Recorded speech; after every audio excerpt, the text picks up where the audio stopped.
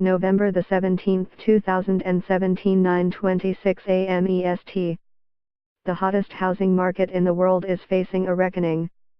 Toronto area land prices have gotten so high that developers are struggling to build new homes that people can afford.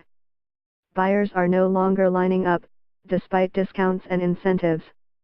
The cost of land has nearly tripled in some areas the past 5 years, according to Altus Group Limited. It now accounts for roughly half the price of a new home. In 2011, it was a little more than a third. It's a real turn, said Peter Comins of PMA Breathur Realty Group. In June, it took Comins just 2 days to find 200 buyers for yet-to-be-built homes in a Toronto suburb. 2 weeks ago, 50 were available. His team sold about 12. A convergence of factors: government rules aimed at reshaping Ontario's housing market, tougher mortgage guidelines, a shortage of land is pushing against the housing bubble in the Toronto area, where new home prices have risen since 2009. One result is pinched supply. About 2,600 new homes were available for purchase in the Toronto area at the end of September, close to a record low and down from about 15,000 a decade ago.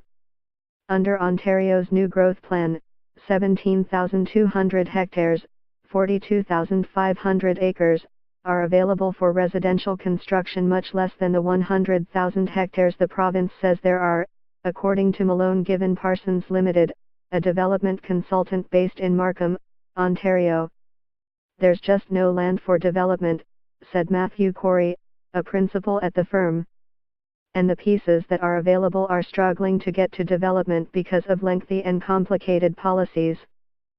Making houses sprout from undeveloped land is also taking longer as government efforts to shape communities bear fruit. Builders are scrambling to comply with a revamped regional plan called Places to Grow that prioritizes denser properties around transportation hubs. That's in addition to the usual responsibilities, such as rezoning and connecting tracks to infrastructure like roads, power and water, and winning approval from city councils. As supply dwindled, prices rose and mortgage regulation tightened. That's led to Canadians buying fewer new homes. Transactions for new houses and townhomes this September was less than a third of what it was a year ago at 352 deals, according to the Building Industry and Land Development Association in Toronto. Supply is only going to shrink more, according to Canada's Housing Agency. The 2019 forecast calls for as few as 66,100 houses to break ground, 13% lower than in 2017.